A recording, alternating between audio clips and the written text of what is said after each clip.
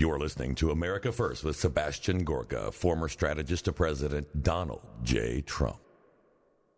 We need a renewed patriotic nationalism in America. In technology, that means let's get our best team together and go whip China. And in politics, it means let's get our best team together and go whip the establishment. Speaking of people who ought to lose primaries, if Liz Cheney were on this stage today, she'd get booed off of it. That's for sure. That is Florida 1, the 1st District of Florida. Their Congressman Matt Gaetz on the CPAC stage saying we got to whip the establishment GOP. I heartily concur. Congressman Gaetz, welcome to America First.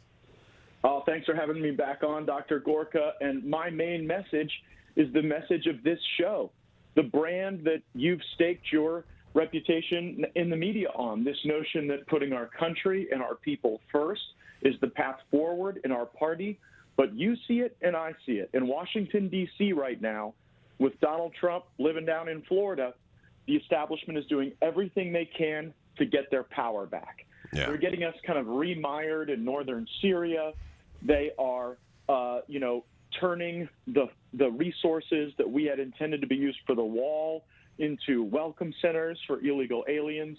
And it's my expectation that Joe Biden is just getting started with the Paris Accord type America Last globalist perspective that just doesn't help everyday people in our country. It was not a tough decision for me. Everybody else has, the John Smith show. They call their shows after themselves. I wasn't interested in that. I wanted to send a message. This is the America First show because we have a mission that you and your Freedom Caucus colleagues and President Trump share with us. Congressman Gaetz, CPAC is always a great time. You are on fire. The president knocked it out of the park yesterday. But I have to ask you, that little clip we played of you, are we going to win? Forget the Democrats. Are we going to whip the GOP establishment? We've just seen this atrocity of an attorney general nominee been voted out of the Senate committee and confirmed with key people like Lindsey Graham approving of this nominee. Can we win this battle to turn the GOP establishment into an America First party? Well, they're not going to do it just because we ask politely, right. Dr. Gorka. We're going to have to go win elections. We're going to have to win primaries.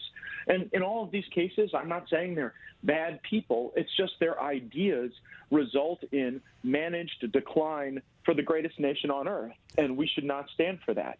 And when they ask us to all just unify, or I've heard all these establishment politicians on the right say, well, we don't need to have disagreements with each other. We just need to all unify, and if we do that, then we'll go beat the Democrats. And unity has to be under a common sense of purpose, a common vision. That's what President Trump was able to get out of all of us. That's what he was able to, excite us, to really how we fought for him. And so I think that we are going to see a little bit of combat in the primary season on the political stage, but that's okay. Remember, the last big kind of bloody primary season we had was in 2010, and it resulted in a new energy for our party and the Tea Party wave and the resulting Republican takeover of the House of Representatives. So I don't think we can necessarily win the majority back with the team we currently have, and that's why we're hoping there'll be a new round of patriots entering the political field.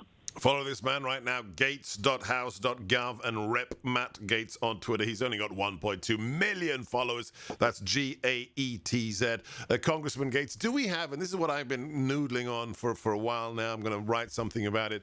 Do we have the structure? Is there a MAGA machine beyond the president has his PAC, the Save America PAC, that's going to be collecting donations for his campaign for 2024, God willing. But do we have an organism that will find, the new Matt Gaetzes, that will find the new Jim Jordans, the new Lauren Boeberts, that will support them to win these seats and to necessarily a primary the establishment? Does it exist, or does it have to be built? It doesn't exist right now. Yeah. And this is an area where the establishment is way ahead of us. And remember, they're established for a reason. Congressman Adam Kinzinger, Republican from Illinois, has decided to be sort of the face man, the front man of this establishment effort to retake control of the Republican Party. And already he's got a leadership PAC, a super PAC. Today it was reported, I put it out on my Twitter feed at Matt Gaetz, that he has a new dark money operation so that people who want to confront MAGA candidates and oppose MAGA candidates will have a dark money vehicle to do so. So, like, they're very good at the mechanisms that you need to build out a political operation. You know it, and I know it, Dr. Gorka. Our political operation was a traveling carnival with the most charismatic ringmaster you could possibly have, and it turned out, 75 million votes at least in this last election. And so I think that we've got some work to do, and we're starting from a little bit behind when it comes to the organization and the infrastructure. It truly was. I call it a band of merry men. It was a traveling carnival, and God was on our side, and we won, but we've got to have an organization for the next year and for 2024. Okay, tell us today what your greatest concerns are. We have millions of listeners. We're back on YouTube. We're streaming video as well. What are you most worried about? What's the 5-meter target in terms of Democrat legislation on Capitol Hill right now? This week, the Democrats are going to move the Equality Act, and it's really incorrectly named. We're all for equality, but the specific provisions of this bill sort of redefine sex and gender in ways that are incomprehensible. And it will create a field day for lawyers where in any business, if someone isn't hired or isn't promoted just in the normal course of commerce and capitalism, now there's going to be a whole new category of litigation that is going to be buttressed by this Equality Act. So it's going to hurt our economy. I don't think it's going to advance rights for LGBTQ people. I think it is largely going to be a drain, and unfortunately, it looks like it's going to become a law. It will pass the House of Representatives. It has sufficient support, likely to pass the Senate, and Joe Biden has already indicated he'll sign it. So, this is part of the woke-topia that they intend to impose on the rest of us, and they're getting right to it this week. Tell us, I have to ask you, because my standard is citizen politicians. I think that's what America was built upon. That's what we need. The way to stop this woke-utopia is more people like Donald Trump, more people like you. Share with our listeners what it took for you to take that crazy decision to run for office and to go up against these radicals. Honestly, I ran in 2016 for Congress, and I was one of the candidates inspired by Donald Trump.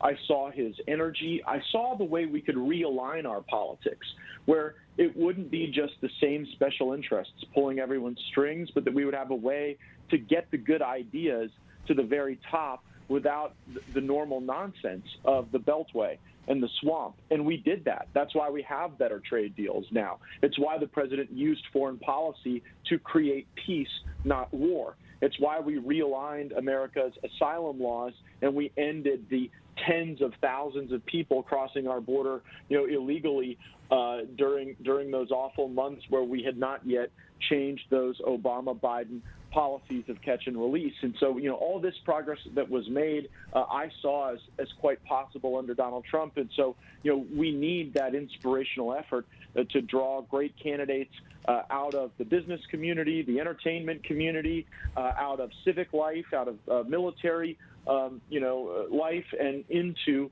the fight that we absolutely have to win to save the country. And I'm sure a lot of people told you it's crazy, don't do it. What was it that made you say, I'm going to do it, Congressman Gaetz?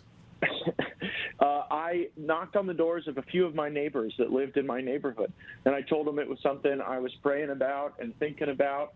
And when I saw the excitement in their eyes, it became a catalyst for me that alongside President Trump, we could fight for people. We could fight against their dislikes. And frankly, it's what the establishment gets so wrong about the American people. They think that if you just centralize power in Washington, D.C., life's going to be better for everyone. But that isn't the case. This country is at its best when we have empowered people and when we have a government that exists only to vindicate rights, not to settle scores.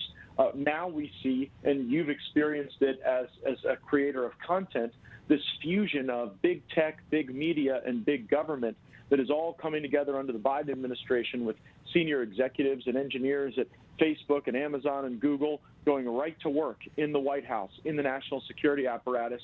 And what I fear, you being a study of geopolitics, you understand it, I fear is that that's going to make the United States look more like China than our free, great country.